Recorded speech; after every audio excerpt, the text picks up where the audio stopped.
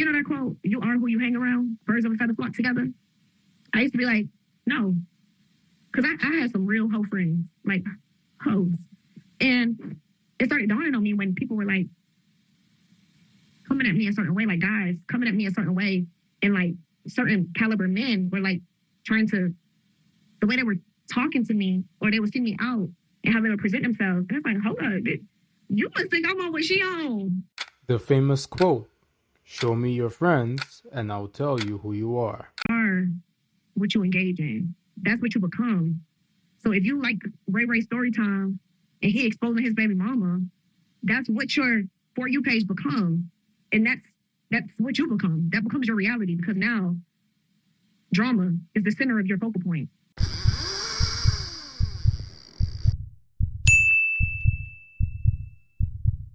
So, as a teenager, I used to think that this quote was a bunch of BS. It was all bullshit, just a way to control the type of people that I can choose to associate myself with. Wait a minute! But as I got older, I began to realize the truth to that statement, similar to the other quote that goes like this: you were addressed by how you were dressed, or how you dress is how you were addressed. All these quotes or all these sentences have a truth in the society that we all live in today. Okay, shit, we done messed up. We gotta just focus and pay attention to the things that we are giving our energy to, because that's what we become. Energy is so real. What you watch and what you pour into is who you are. Now, there's also a nuance to this, right? And here's where we all take it from. All because you hang out with a particular type of people or set of people does not mean that you are like those people. Let's take a very typical, straightforward example. All because you're a Muslim and you hang out with a bunch of Christian people don't make you Christian. Jesus Christ. And vice versa. All because you're Christian and you hang around a bunch of Muslims don't make you Muslim.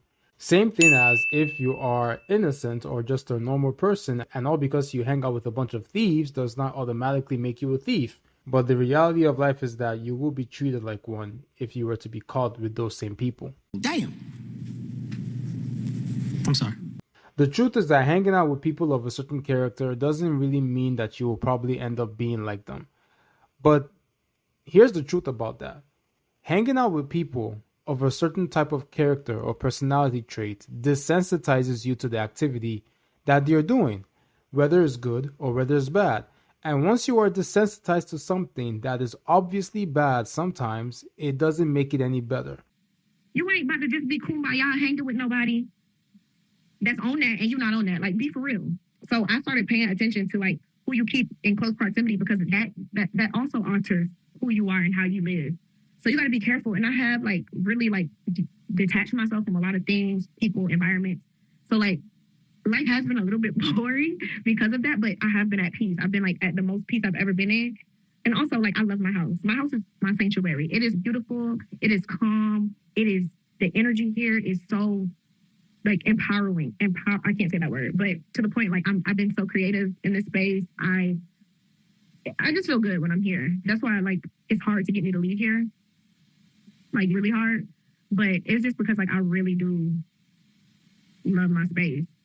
It doesn't make it any better, because when it's time to stand up against the evil things or the wrong things that you are surrounded by, you will be kind of hesitant to do so, because internally you know that you're being a hypocrite. Accusations! These are not accusations. This is false accusations.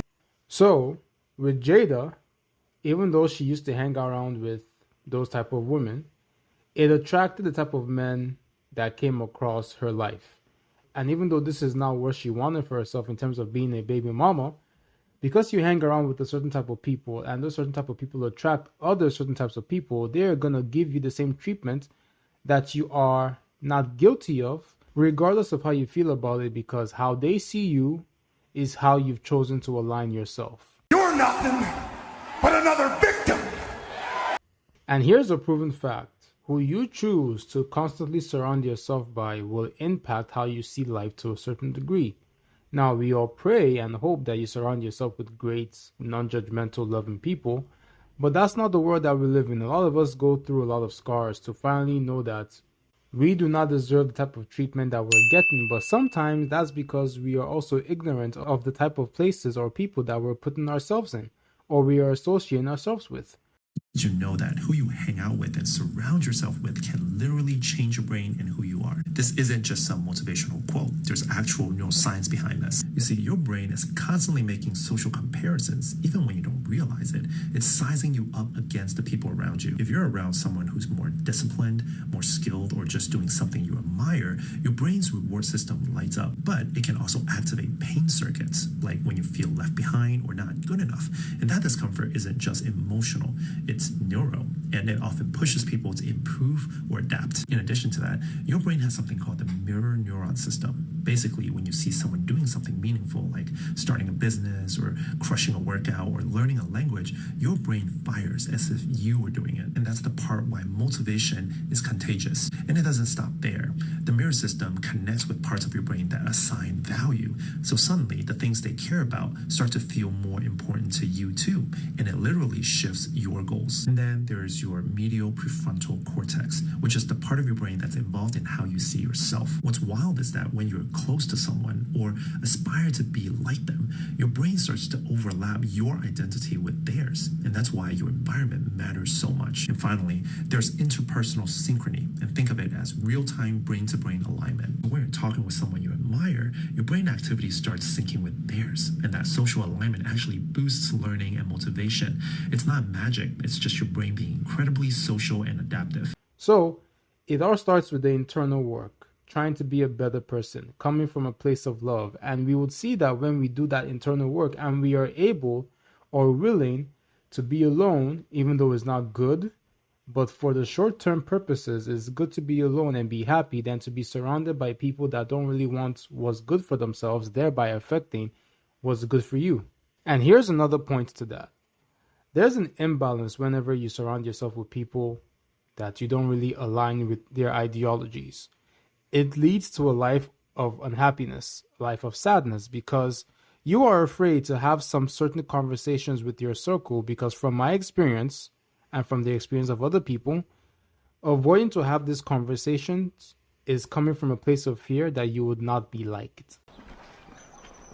Fuck. So, all your friends are hoes, all your friends are liars, all your friends are scammers, but you still choose to hang out with them, either because you don't want to be alone and these are the only people that you have met or life has brought you to, but also because you're afraid of not being liked by them, and because of that, they're not going to invite you to places anymore.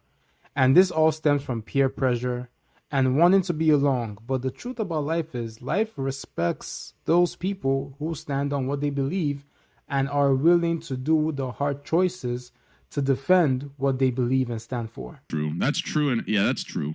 Life is so complicated that we're all going to grow and learn every day. Some people get this earlier on. Some people get this later. Some people get this after they've unfortunately gotten some scars. Other people are lucky enough to learn this early in life, either because somebody else taught them or they just had that natural wisdom to just navigate their life decisions. But either way, it's never too late to start walking in the path of peace and silence, because that is where true love and true commitment really comes around.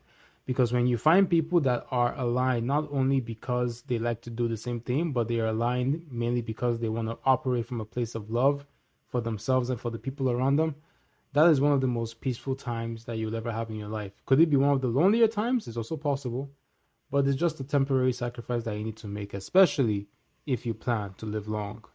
Let me know your opinions in the comment section. Do not forget to like the video and make sure you enjoy your day.